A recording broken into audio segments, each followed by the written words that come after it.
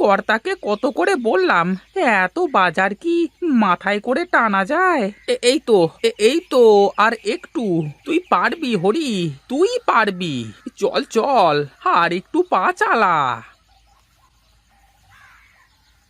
কে গো তুমি? কোথায় এসেছো?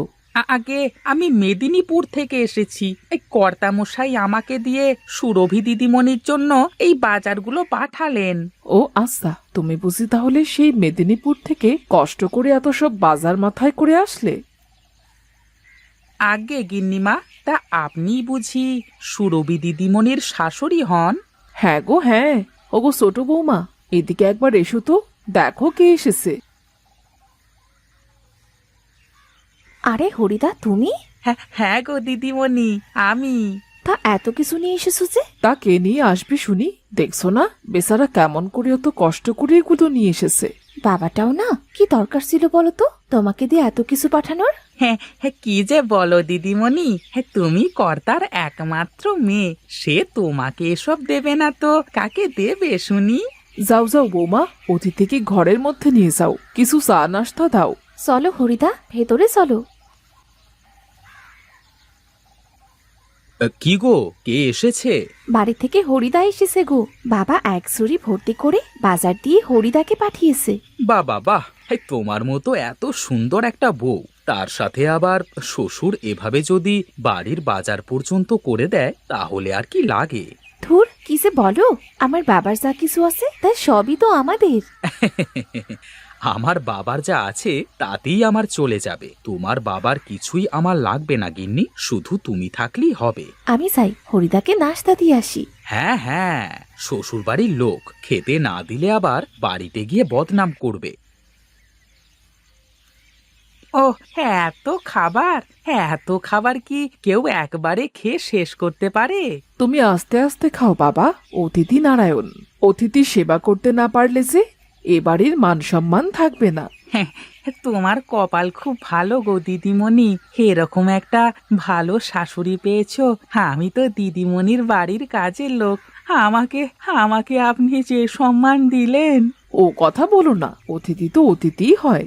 মা, একে একে তো চিনলাম না। ছোট বৌমার বাড়ির লোক, এই সকাল সকাল বেয়াই পাঠিয়েছে। তা খালি হাতে এসেছে নাকি নাকি সাথে করে কিছু নিয়ে এসেছে শুনি? ছোট বৌমার বাপের বাড়ি থেকে এসেছে, খালি হাতে আসে কি করে? সাথে ঝুড়ি ভর্তি করে বাজার করে নিয়ে এসেছে। ও আচ্ছা, আমি গেলাম মা, রান্নাঘরে কত কাজ বাকি। তুমি রান্নাঘরে যাও দিদি, আমি এক্ষুনি আসছি। আমি তাহলে এখন চলি দিদিমণি। বললাম থেকে যেতে, তা তো তুমি থাকবে না। সাবধানে যেও, আর বাবার শরীরের খেয়াল রাখতে বলবে কিন্তু। আচ্ছা দিদিমণি, আমি এখন চলি।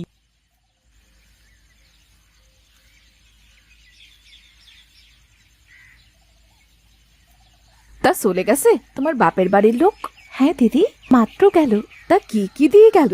তা তো আমিও এখনো দেখিনি দিদি। যা এনেছে সব ওই ঝুড়িতেই রাখা আছে। নে নে ছোট, একটু হাত লাগা, আমি তরকারিগুলো কেটে নিই। কি গো, তোমাদের রান্না বান্নার কি খবর? রান্নার কি আর শেষ আছে? এত পদের রান্না করতে গেলে 10 হাত নিয়ে কাজ করতে হবে। তা সত্যিই বলেছো বৌমা, তোমরা বললে আমি তোমাদের সাথে একটু হাত বাটাবো। না না মা, তার আর দরকার হবে না। আপনি কি বিশ্রাম করুন তো।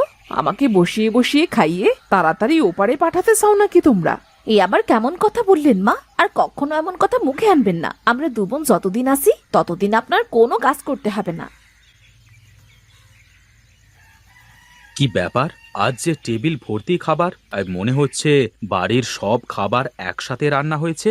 আজ ছোট বৌমার বাপের বাড়ি থেকে বাজার এসেছে তো, তাই একটু বেশি রান্না হয়েছে সব। ও বেশ বেশ, তা তাওয়াই মশাইকে একদিন দাওয়াত করে বাড়িতে আনবার দরকার তো।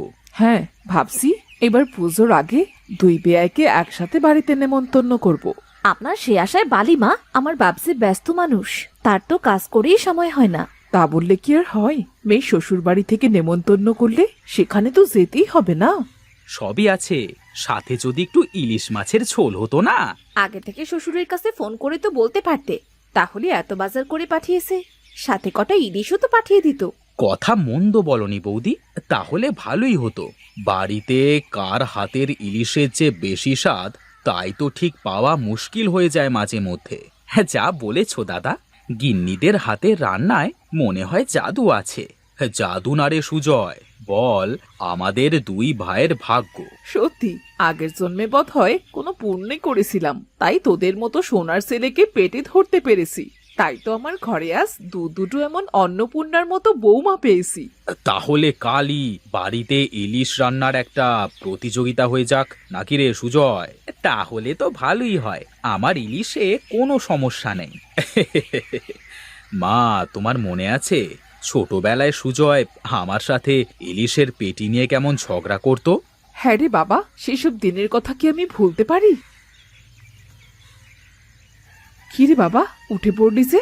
আমার খাওয়া শেষ মা, আর খেলে হয়তো এখানেই ঘুমিয়ে পড়বো। ওদিকে আবার আমি না গেলে মিলে তুলকালাম বেঁধে যাবে। আমার কি সৌভাগ্য, তোদের দুজনকে পেটে না ধরেও আমি যে তোদের মা হতে পেরেছি, এই যে আমার পরম পাওয়া। এমন করে বলবেন না মা, সেই ছোটবেলায় মাকে হারিয়েছি, এ বাড়িতে এসে আপনাকে আমার মা বলে জেনেছি। মায়ের আদর স্নেহ সব তো আপনার কাছ থেকেই পেয়েছি মা। কি গল্প হচ্ছে দুই শাশুড়ি বউয়ে মিলে? তোর নামে বদনাম হচ্ছে এখানে। তা তো আমি জানি যে আমি না থাকলে আপনারা আমাকে নিয়েই কথা বলেন। ওরে, এদিকে আয় পাগলি, বস এখানে। তাহলে কাল সকালে কিন্তু ইলিশ রান্নার প্রতিযোগিতার কথা ভুলে যেও না দিদি। হ্যাঁ হ্যাঁ, ইয়ার এমন কি কঠিন কাজ? হ্যাঁ, আর আমার থেকে তুই ভালো রান্না পারিস, সেটা তো আমি স্বীকারই করি। দেখেছো মা, তোমার বড় বৌমা কেমন আমার সবসময় পসায়। ওরে থাম, তোরা থাম, তোদের এই খুনসুটি ঝগড়া দেখে আমার খুব হাসি পায়। কি আর করার, চাইলেও তো এবারে কারোর সাথে একটু ঝগড়া করতে পারবো না। সেই কবে যে কারোর সাথে ঝগড়া করেছি মনেই পড়ছে না। এই নে, তোরা একটু বস, আমি ঘরে গিয়ে একটু শোবো।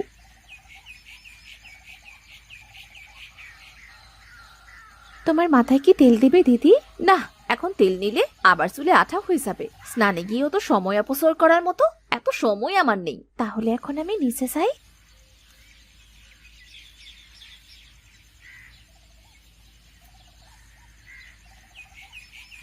কি খবর গিন্নি, মন খারাপ নাকি? না, ঠিক তা নয়, বাবাকে দেখতে বড্ড ইচ্ছে করছে তাই। ও আচ্ছা, এই ব্যাপার তাহলে। বাবার কথা মনে হলে মনটা খুব খারাপ হয়ে গেল জানো। এখন বাবা কি করছে কে জানে। চিন্তা করো না, নিশ্চয়ই ভালোই আছে, তুমি ঘুমিয়ে পড়ো। ওহ, তোমার ঘরের মধ্যে হিসাব নিকাশ নিয়ে পড়ে থাকতে দেখলে আমার একদম ভাল লাগে না। কি করব গিন্নি, একলা হাতে এত বড় ব্যবসা সামলানো কি চারটিখানি কথা? তুমি সুজয়কে বলতে পারো না নিজের ব্যবসায় হাত বাটাতে? শুধু শুধু অন্যের অফিসে গিয়ে চাকরি করার কি দরকার? ও ছেলে মানুষ, যা করে করুক, যখন দায়িত্ব কাঁধে এসে পড়বে তখন ঠিক সবকিছু বুঝে নেবে। তুমি এখন হিসেবের খাতাটা রাখো দেখি, কোথায় একটু বসবে আমার সাথে গল্প গুজব করবে।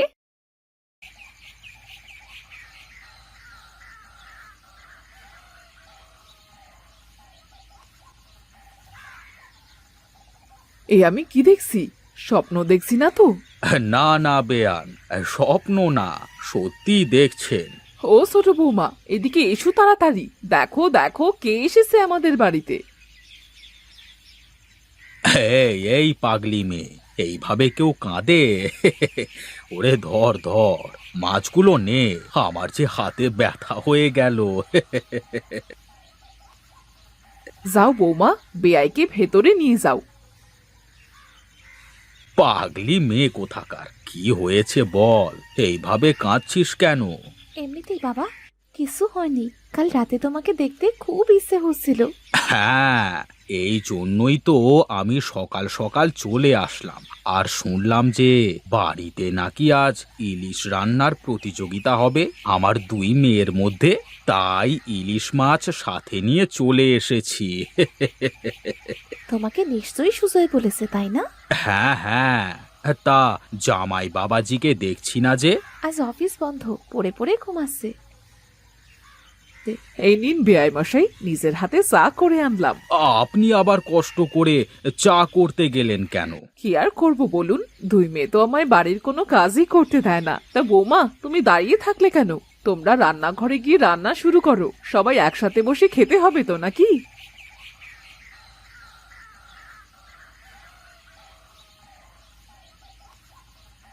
ওরে বাবারে, এত খাবার! এই খাবার খেয়ে তো শেষ করতে 3 দিন লেগে যাবে। কি যে বলেন তাওয়াই মশাই, শুরু করেন, দেখবেন সব ফুরিয়ে যাবে। হ্যাঁ বেয়াই, শুরু করেন। তাহলে আজকে ইলিশ দিয়েই শুরু হোক। তা কে কোনটা রেঁধেছো বলো দেখি। আজ কিন্তু তাহলে প্রমাণ হয়ে যাবে এ বাড়িতে কার ইলিশ রান্না সব থেকে ভালো। আরে তোমার হাতে রান্নার কাছে ছোট গিন্নি রান্না কিছুই না বৌদি। তুই চুপ কর, চুপ কর। আমার দুই বৌমা কেউ কারো থেকে কম যায় না। ঠিক বলেছেন বেয়ান সাহেবা। হ্যাঁ হ্যাঁ, সবাই এবার খাওয়া শুরু করা যাক, কেমন?